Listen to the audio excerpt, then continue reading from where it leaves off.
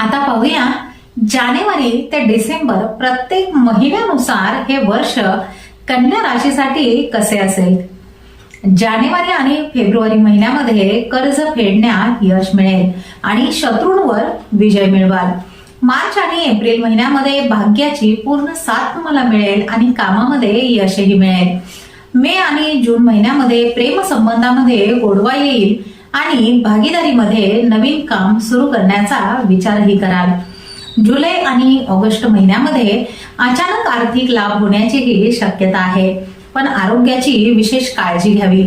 September आणि October महिन्यामध्ये विवाहित जीवनात स्थिरता येईल आणि कामाच्या ठिकाणी मोठी प्रगतीही होईल।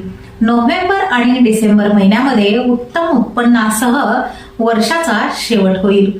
आता पाहूया यावर्षी कन्या राशीने काय करावे आणि काय करू नये। यावर्षी कन्या राशीने आर्थिक आणि कायदेशीर बाबींमध्ये पारदर्शकता ठेवावी, तसेच नियमित व्यायाम आणि योगाभ्यास करावा।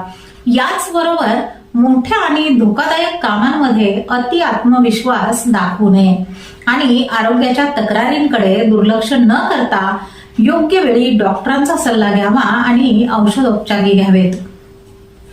थोडक्यात सांगायचे तर एकंदरीतच 2026 हे वर्ष कन्या राशीसाठी वाढ आणि सकारात्मक बदलांचे मजबूत वर्ष सिद्ध होणार आहे।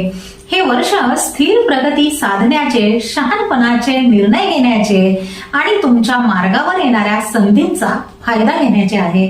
गुरु तुम्हाला मार्गदर्शन करत असल्याने करिअर, आर्थिक, शिक्षण आणि नातेसंबंधामध्ये कायमस्वरूपी यश मिळवण्यासाठी तुम्ही फक्त तयार असणे गरजेचे आहे। तर मग तुम्ही येणारे 2026 हे वर्ष तुमचे सर्वोत्तम वर्ष बनविण्यासाठी तयार आहात का? श्री स्वामी समर्थ।